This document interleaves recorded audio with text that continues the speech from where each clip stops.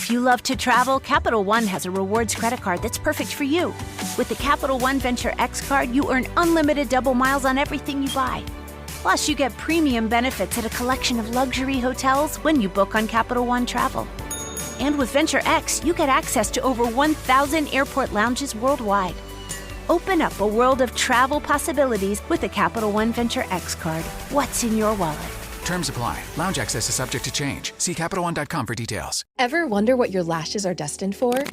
The cards have spoken. Maybelline New York Mascara does it all. Whether you crave fully fan lashes with Lash Sensational, big, bold volume from the Colossal, a dramatic lift with Falsies Lash Lift, or natural-looking volume from Great Lash, your perfect lash future awaits. Manifest your best mascara today. Shop Maybelline New York and discover your lash destiny. Shop now at Walmart. Mic check. 1, 2. Are we recording? Hi, I'm Michelle Bernstein, an award-winning chef, restaurateur, and mom. I have a lot on my plate, including my psoriatic arthritis symptoms. That's why I was prescribed Cosentyx. It helps me move better. Cosentyx secukinumab is prescribed for people 2 years of age and older with active psoriatic arthritis. Don't use if you're allergic to Cosentyx. Before starting, get checked for tuberculosis. An increased risk of infections and lowered ability to fight them may occur, like tuberculosis or other serious bacterial, fungal, or viral infections. Some are fatal. Tell your doctor if you have an infection or symptoms like fevers, sweats, chills, muscle aches, or cough, had a vaccine or plan to, or if inflammatory bowel disease symptoms develop or worsen. Serious allergic reactions and severe eczema-like skin reactions may occur. Learn more at 1-844-COSENTYX or Cosentyx.com. Ask your rheumatologist about Cosentyx. Avoiding your unfinished home projects because you're not sure where to start? Thumbtack knows home so you don't have to. Don't know the difference between matte paint finish and satin? Or what that clunking sound from your dryer is? With Thumbtack, you don't have to be a home pro. You just have to hire one. You can hire top-rated pros, see price estimates, and read reviews all on the app. Download today.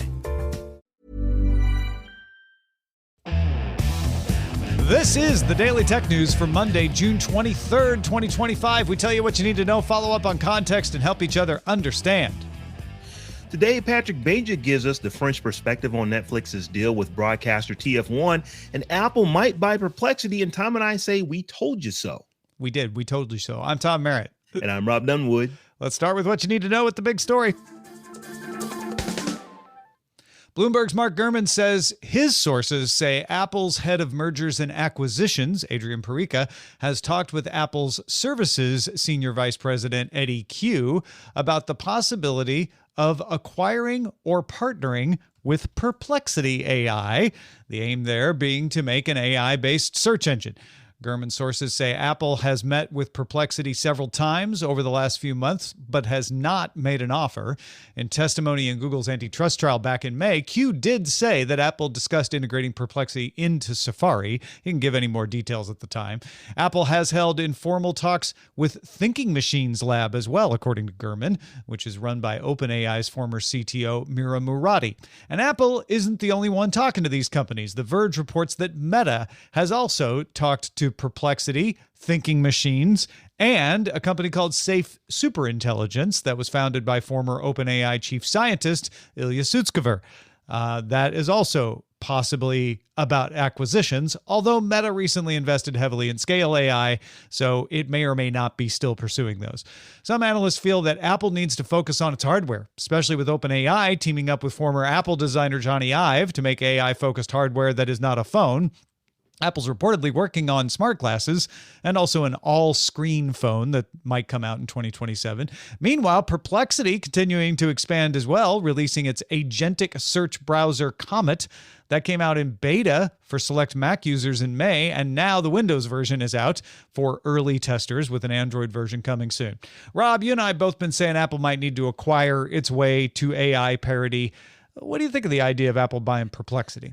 I think that if not Perplexity, it definitely needs to be somebody. I know that that's not necessarily Apple's mode of operandi, but they need to make a big purchase here because $20 billion is what they get from Google for Google being the default search on their platform. That and I know that Apple is a humongous company. I think it's top 2 or 3, market cap on the planet, but $20 billion is a lot of money to anybody. And That's just one of the reasons why they need to look at this. The other reason is that they are significantly behind everyone else when it comes to AI, based off of the fact that they don't really have anything coming out until next year.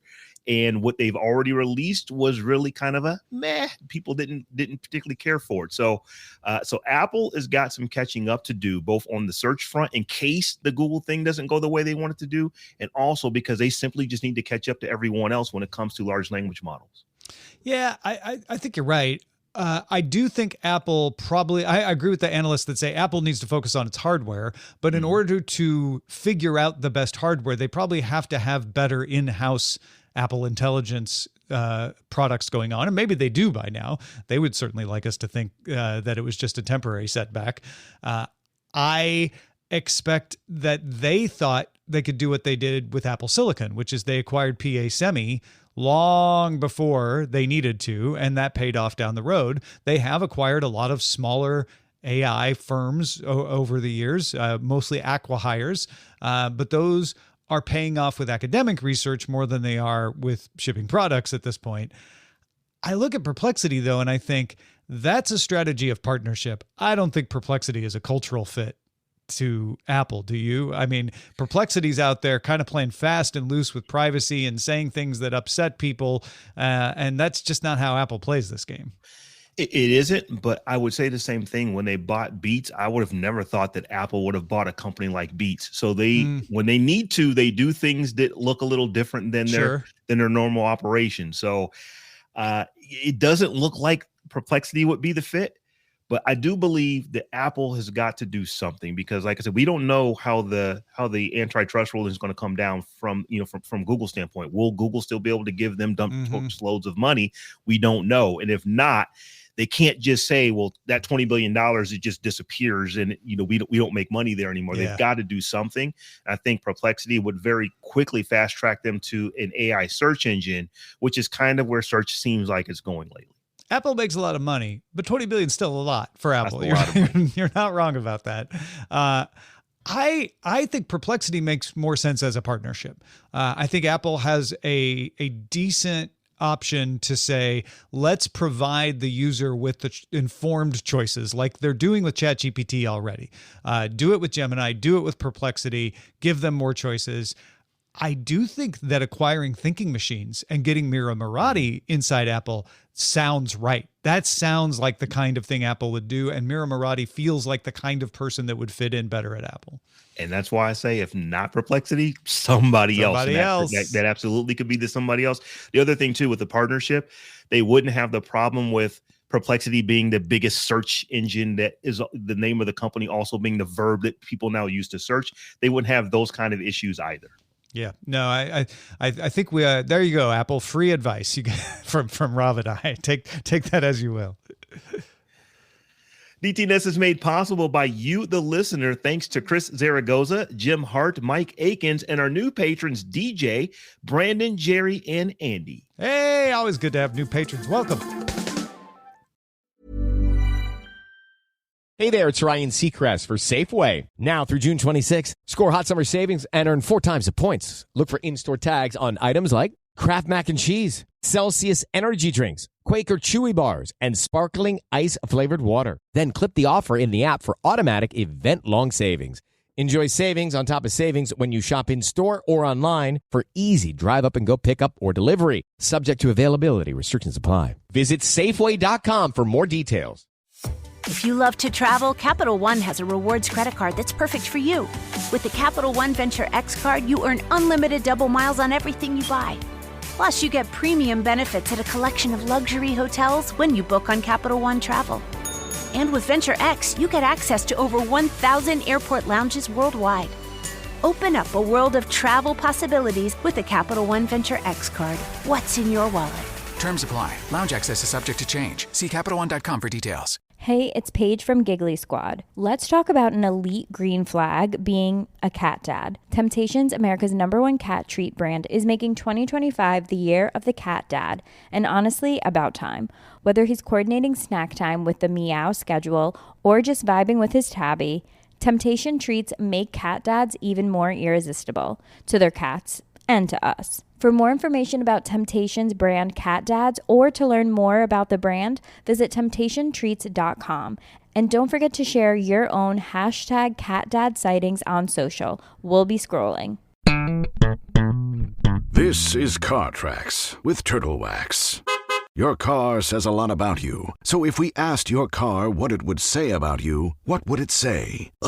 Listen, you dropped one of those tiny cheeseburgers under the seat like last week, and now we're both dry heaving at the stench. Do us a favor, grab some turtle wax, and let's get to work.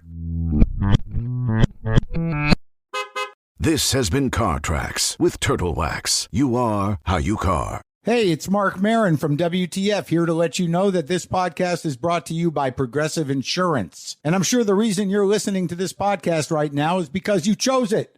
Well, choose Progressive's Name Your Price tool, and you could find insurance options that fit your budget, so you can pick the best one for your situation. Who doesn't like choice? Try it at Progressive.com. And now, some legal info. Progressive Casualty Insurance Company and Affiliates. Price and coverage match limited by state law. Not available in all states.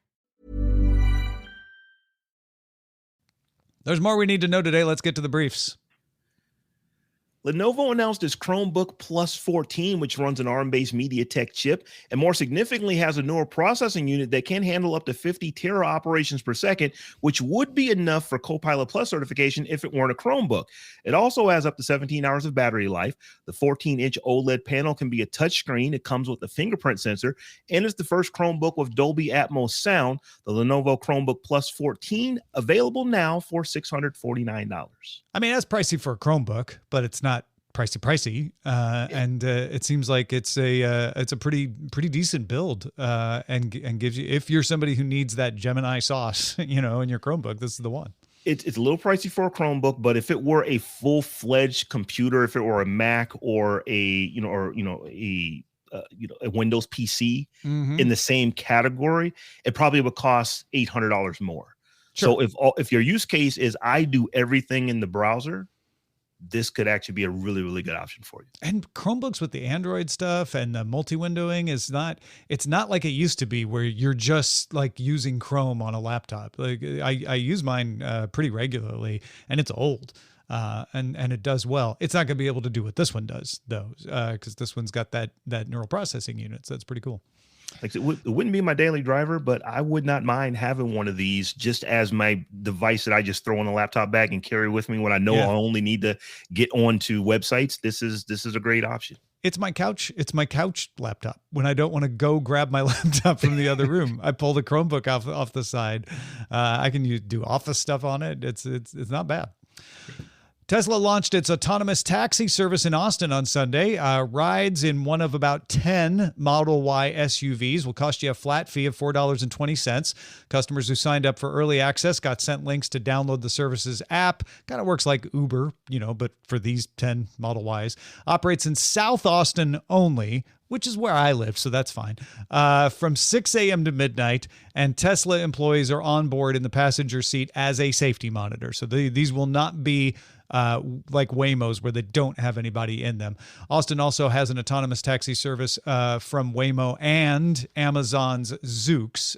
So you got choices if you're in Austin, and you had to be invited into this one anyway, but now you got competition. Side note on this, Texas Governor Greg Abbott signed into law a requirement that autonomous cars in the state will need to receive a permit if they want to continuing operating after September 1st. Coolest thing about this to me is it only costs $4.20. I'm certain that when they take a rider in the passenger seat out to monitor stuff, that price will look more like $14.20, which is probably around the average of where Uber is for the average ride. They picked this for the memes and to be like, yeah, you're gonna pay something. We want to test out the charging system, but it's gonna be more expensive eventually, and hopefully in more regions of Austin as well. Absolutely. Alphabet spinoff IO, that's spelled with an I-Y-O, is suing OpenAI over the use of the name IO spelled just I-O. As a result, the judge ordered OpenAI to stop using IO name for now. That means any mention of the Johnny Ive founded company that OpenAI acquired has been removed from OpenAI's website, including the video of OpenAI CEO Sam Altman and Johnny Ive discussing the partnership. The former Alphabet IO with the Y makes earbuds and lets you use your voice to talk to an LLM. It's marketed at audio professionals. OpenAI's IO, which has no Y and has no products, promises to develop some new kind of AI-powered hardware device in the future. Yeah. This is really only in here because some people saw the IO stuff removed from OpenAI and thought, oh, are they backing out? And they're like, no, we're not backing out. We just have to remove the references to it. It is odd that they had to remove that video, though, because I guess they say IO a lot in there. I have a suggestion for you, Rob, to keep them distinguished. How about IO versus IO? Well, here's the thing. If I'm the Alphabet spinoff, I'm not changing my name. We had it first. So that's not going to happen. And I get that OpenAI, the folks are saying this is petty. Yes, it is. You compete. You're competitors. Competitors do petty things to make it hard for their competition. That's kind of how competition goes.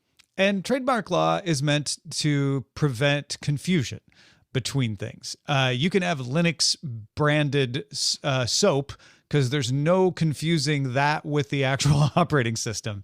But if you're both making hardware that's enabling AI, those are the same companies. So you can't, there's a chance of confusion there. I'm just going to There is a there with this. Yes. The U.S. Senate parliamentarian has ruled that a provision of the budget bill that would prohibit states from regulating AI for 10 years can stay in the bill. Now, I didn't think it would because it's not related to the budget. And the reason the parliamentarian even weighs in at all is they are passing this on budget reconciliation lines, which means they don't have to get 60 votes, just 50 votes. And the budget bill, to do that, must only contain budget-related items. However, what I had not realized is that the rule doesn't make it illegal for states to have regulations. That might violate interstate commerce parts of the Constitution, as people have argued. It withholds funding for broadband rollouts from states if a state implements any regulations that fall afoul of the rule. So they're just saying, you put these regulations in, you don't get the federal funding. And that means it is more budget related than I thought. And the parliamentarian says, you know what, that's budget related. It can stay in. That doesn't mean it's guaranteed to stay in. Senators in multiple parties still object to that provision, and they might succeed in taking it out before it gets sent back to the House. There's also some bipartisan resistance to that provision in the House. But it seems more likely that it will stick for now. It's going to stick for now, but I don't see this being a part of the budget bill. It has zero to do with budget. It's just no, it does. It does have to do with budget because they do this with highway funding too. They say the federal government will give you money to repair your roads, but you have to agree to speed limits. Now, we're not treading on the states. We're saying you can set your speed limit however you want, but if you want the federal funding, you've got to get your speed limit. So what they're doing here is saying, hey, federal government gives you money for broadband rollout. You want that money? No AI regulations. You put your AI regulations, but if you want the money, you can't. And that's what the parliamentarian is looking at and saying, oh, this is about, appropriating federal funding. That is a budget thing. Good point of clarification for me. I still don't think that this is going to go through. Yeah. I don't know if I were betting, like I said, I'm not 100% sure, but I'm more than 51% sure. I don't believe that this will go through. You think there'll be enough opposition from senators to get it removed before the final passage? We know that one party is going to almost 100% vote against this. So the margins are so thin because of that. I just don't know that you can lose a Republican or two or three, because that means your bill doesn't pass. So because of that, I think that this would get sucked out. And this has gotten a lot more attention over the past month. And there's a lot of AI backlash out there on both sides of the aisle, right? So yeah, you might be right. I still think it's going to stick. I don't think it's going to get enough opposition to pull it out, but we'll see. This is the middle of the year. We can call this the mid-year predictions to see. Yes, there you go. To see what happens. Yeah. I won't be shocked if you're right. It's just a gut feeling. I won't be shocked if I'm wrong. So yeah. Wired has an article that talks about a Delhi-based nonprofit called Seeds that work with Microsoft to create a machine learning model called Sunny Lives, which assesses indoor heat risk based on building types identified by satellite pictures. They combined that with data from a nonprofit waste management company called Shitin. The idea is to provide more precise heat warnings for people during heat waves in India. Yeah, the heat waves have been getting worse and worse, obviously, in lots of parts of the world, including India. And it's a real problem to identify where it's going to be the worst, what people are at the most risk. So being able to go building by building like this is pretty important, and will save lives. This is really important because it's, parts of India are very, very densely packed. And if you can look at a building and say, hey, we have a problem right here, that's good for people. That is a good thing. Huawei's latest MateBook Fold is still using a 7-nanometer chip made by China's SMIC. That chip is 3 generations behind chips made by Taiwan's TSMC, which is beginning to use a 2-nanometer process. It's also the same process that was used to make the chip in the Mate 60 that was released 2 years ago. That's the one that surprised people that it was 7 nanometers, and it caused a lot of people to say, China's catching up faster than we thought. The implication, though, is that SMIC has not yet achieved the ability to make chips on the 5-nanometer process at scale. So they jumped to 7-nanometer faster than people thought, but they have not yet moved on from there. The U.S. has placed export controls to prevent China's mainland companies from using newer chips and newer chip-making technology. Meanwhile, a source at the U.S. State Department told Reuters that China's DeepSeek is providing, quote, support to China's military and intelligence operations. The source also claimed DeepSeek has used shell companies in Southeast Asia to avoid export controls, not only to get high-end NVIDIA chips for itself, but also to access data centers that use those chips. So the difference between 2-nanometer and 7-nanometer sounds like it's 5-nanometer, but it's not just 5. It is orders of magnitude behind. So they, if this being the way that it is, they're not that close to what we can do here in the United States and in a few other places, and in South Korea and so on. Yeah, absolutely. This indicates that things slowed down once they got to that 7-nanometer process. The U.S. House of Representatives Chief Administrative Officer informed congressional staffers Monday that WhatsApp is no longer allowed to be used on government devices. WhatsApp joins DeepSeek, TikTok, Microsoft Copilot, and the free version of ChatGPT on the list of apps you can't use. The memo said the Office of Cybersecurity had recommended the ban due to the lack of transparency in how it protects user data, absence of stored data encryption. Microsoft Teams, Wicker, Signal, iMessage, and FaceTime are all acceptable alternatives to WhatsApp. Yeah, I think a lot of times I find myself among those who fall for the idea of like, they just ban stuff because it's from China and they're worried. And it turns out that there are more on the ban list than you might have suggested, than you might have expected. Microsoft Copilot is not one I think most people would expect to be on there. But it's not that Microsoft Copilot is insecure. It's that the way it handles the data doesn't meet the standards of the cybersecurity office. However, Microsoft Teams does. Signal does. iMessage does. And it's not that WhatsApp doesn't use end-to-end encryption. It does. It's just that the office has some questions about how it handles keys and data that WhatsApp has not answered to their satisfaction. Yeah, that's true. I would have not expected WhatsApp to be on the list, but as we read through this and looked at it, it's like, okay, this is why they're saying it's not on the list. Not that it's not secure, it's just that it doesn't meet the security that they set forth. And maybe I'm wrong in this case, but not all government decisions are immediately political. I get the sense that this is not one. This is an engineer going like, yeah, we need to know this before we shouldn't be allowing this unless we know this. So this one definitely doesn't sound political. It might be in a week or two, but it doesn't sound like that. Sure. Today. Yeah. Xiaomi said it's going to hold a launch event for its YU7 electric sports utility vehicle on Thursday, June 26th. If you recall, its SU7 EV faced a decline in sales after a fatal accident and some consumer backlash over quality concerns. So this is Xiaomi's chance to gain that consumer confidence back. Amazon launched the second group of 27 Kuiper satellites meant to provide satellite internet in competition with OneWeb, Starlink, and others. Amazon has 54 of the planned 3,236 satellites in orbit and has more than 80 launches scheduled. Yeah, it's got a ways to go before it gets all its satellites in orbit, but the point being that it's on its way. It's got that second launch that was delayed a lot up. Those are the essentials for today. Let's dive a little deeper. Last week, we learned that Netflix had reached a deal with France's TF1 to stream its regular TV channels on Netflix. So Tom sat down with Patrick Beja, who lives in France, to talk about what the deal means to French viewers and what it might mean for the rest of us. Patrick Beja, thank you so much for taking the time to join us. Really appreciate it. It is my distinct pleasure. I wish I could do it more often. If only Netflix did groundbreaking deals with French companies more often. Yeah, come on. You get more chances. Exactly. Well, yeah, that's what I wanted to talk to you about. Not that you have like inside info from TF1, but you are in France, and so you're more familiar with TF1 certainly than I am. Explain for those who don't know what TF1 is. How does it fit in the TV landscape there? So it is definitely the biggest channel we have here, like a regular broadcast channel. It used to be back in, I don't know, the 80s or 90s when everything was public broadcasting. It was one of them, and it got sold off and it became private. 90s, I think.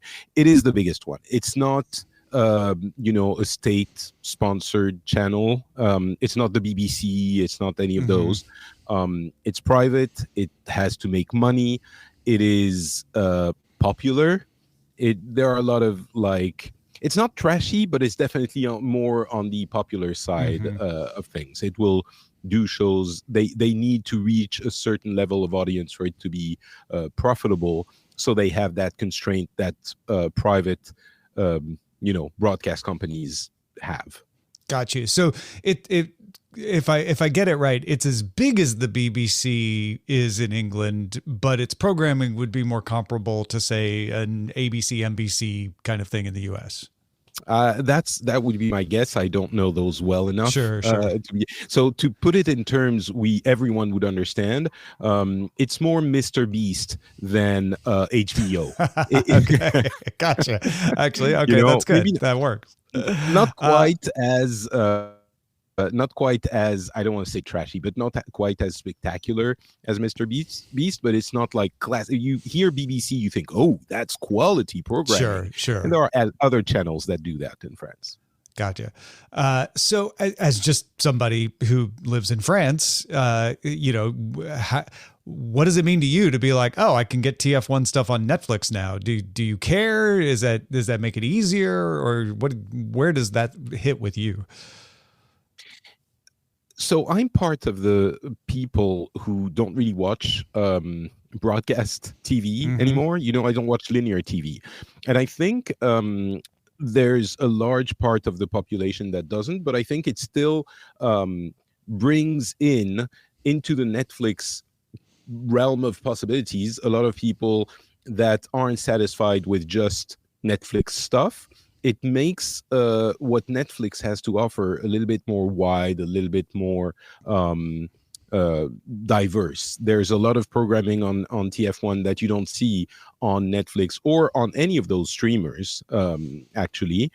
And there's stuff like I call it kind of like hyper local on a global scale, meaning it's just the country programming, which I feel like these companies don't have. And there's some sports deals and stuff like that I feel Netflix benefits from. The real question is, how does TF1 benefit from this? Because they're actually competitors. I assume Netflix is writing them a check. It's non-exclusive. TF1 is not going off of cable or off the air. It is also, as you told me, still operating its own streaming service. Yeah, they launched TF1 Plus, a very original naming scheme there, about a year ago, a little bit more. And so it's essentially a linear broadcasting or live broadcasting and replay platform. It is a freemium model, so they have a lot of free users that get a lot of ads, I suppose. And there is also a way to pay to get rid of the ads. So they are competitors in essence, but it's very, very different programming. So I suppose what TF1 gets out of it is exposure to more people, convenience, the check from Netflix, of course, and maybe a positioning of, if one day you decide to get off Netflix, maybe you'd like to come to us because their offering is much cheaper. It's like €6 for the ad-free experience, whereas of course Netflix, they have an the ad-free experiences are, like 15, 20, 25 bucks. Yeah. So there's that.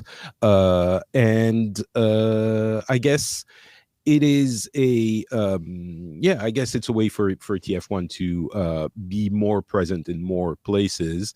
And I'm not sure that someone who would have subscribed to TF1 Plus would not do it. Well, I guess maybe they would, but it's a small company. Like TF1 Plus they tout like 4 million users a day, Gotcha. but that includes free users. Netflix has over 10 million in France subscribers.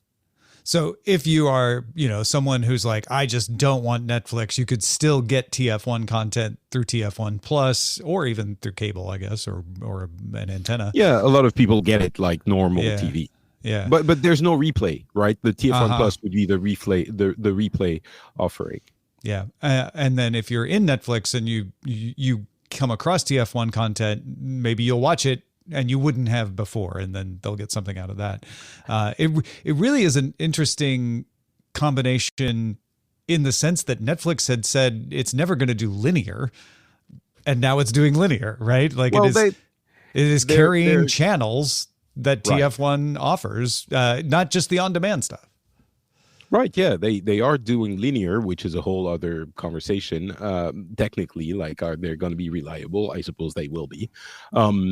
But it's really interesting on the Netflix side also, as a strategy, like a higher level strategy decision, because are they now going to start doing deals like this one in multiple countries? We don't know exactly what it's going to look like on the UI. Like, are you going to have a program like intermingled like Amazon Prime Video does it?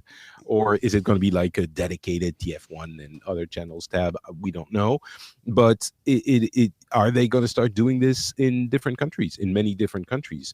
And I feel like, as I was alluding to earlier, it does give Netflix something that all the other streamers don't have. Because, they're all creating their own programming. And I don't know how visible this is from the US, where, a lot of the programming is from the US. But in European countries, they're all doing, all over the world, they do have some local programming, but they're all focusing on their shows. And it feels to me a little bit like Netflix is a step forward now, because they're going to have this.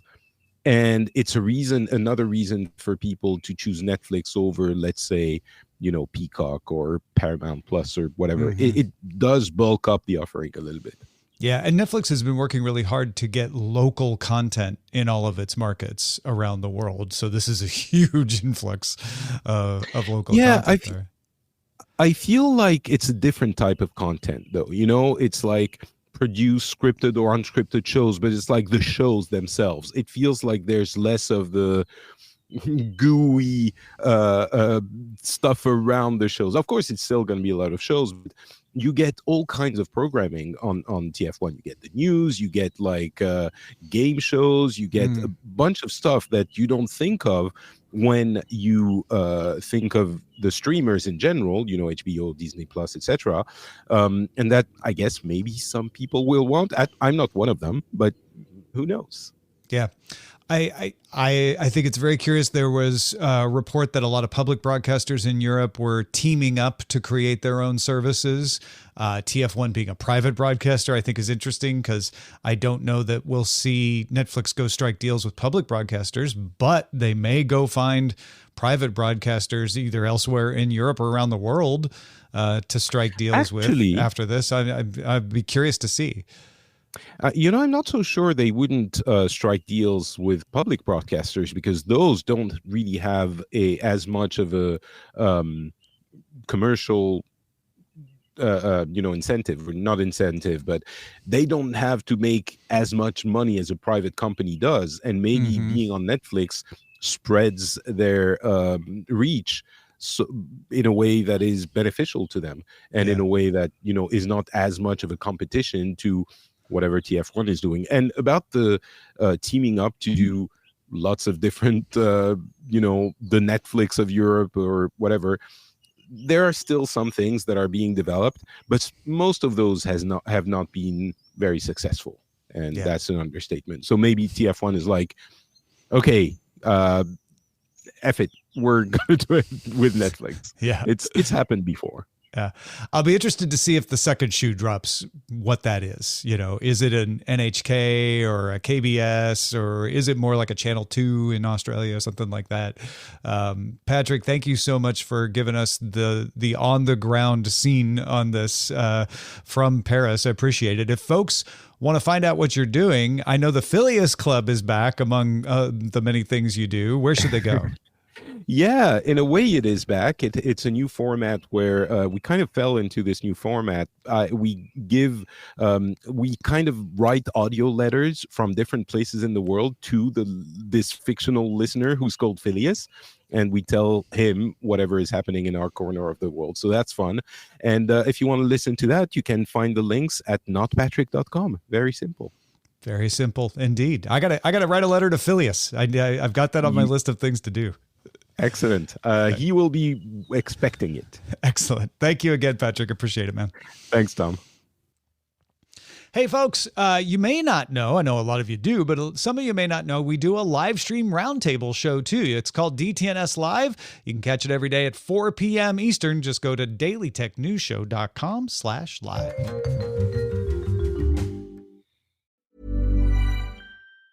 Hey there, it's Ryan Seacrest for Safeway. Now through June 26, score hot summer savings and earn 4 times the points. Look for in-store tags on items like Kraft Mac and Cheese, Celsius Energy Drinks, Quaker Chewy Bars, and Sparkling Ice-flavored water. Then clip the offer in the app for automatic event-long savings. Enjoy savings on top of savings when you shop in-store or online for easy drive-up-and-go pickup or delivery. Subject to availability. Restrictions apply. Visit Safeway.com for more details. Ready to order? Yes. We're earning unlimited 3% cash back on dining and entertainment with a Capital One Saver Card. So let's just get one of everything. Everything? Fire everything. The Capital One Saver Card is at table 27 and they're earning unlimited 3% cash back. Yes, Chef!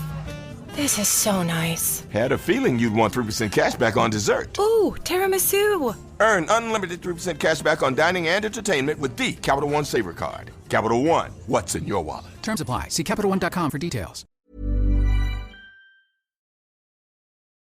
We end every episode of DTNS with some shared wisdom. Today, Arthur is helping us understand. Yeah, Arthur wrote, I'm a longtime listener and supporter. I'm also the father of a child with vision issues.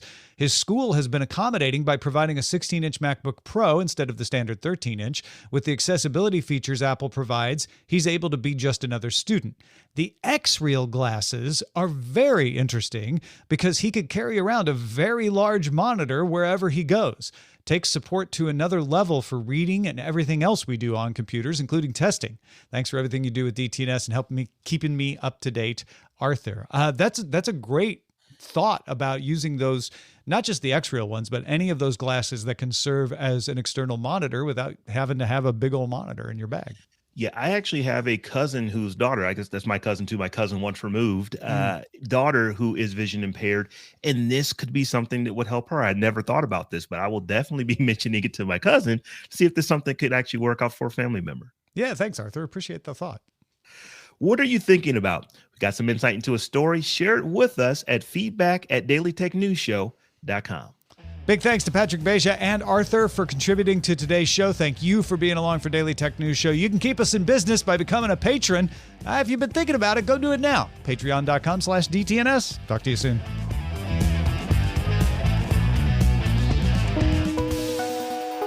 The DTNS family of podcasts, helping each other understand. Diamond Club hopes you have enjoyed this program.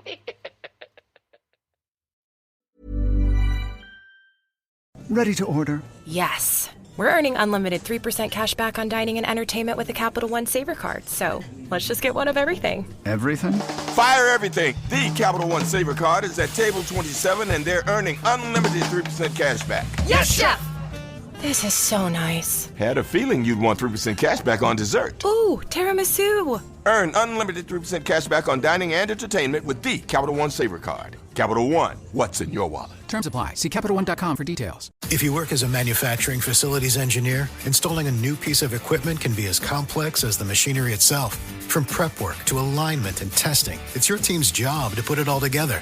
That's why it's good to have Grainger on your side. With industrial-grade products and next-day delivery, Grainger helps ensure you have everything you need close at hand through every step of the installation. Call 1-800-GRAINGER, click Grainger.com, or just stop by. Grainger, for the ones who get it done.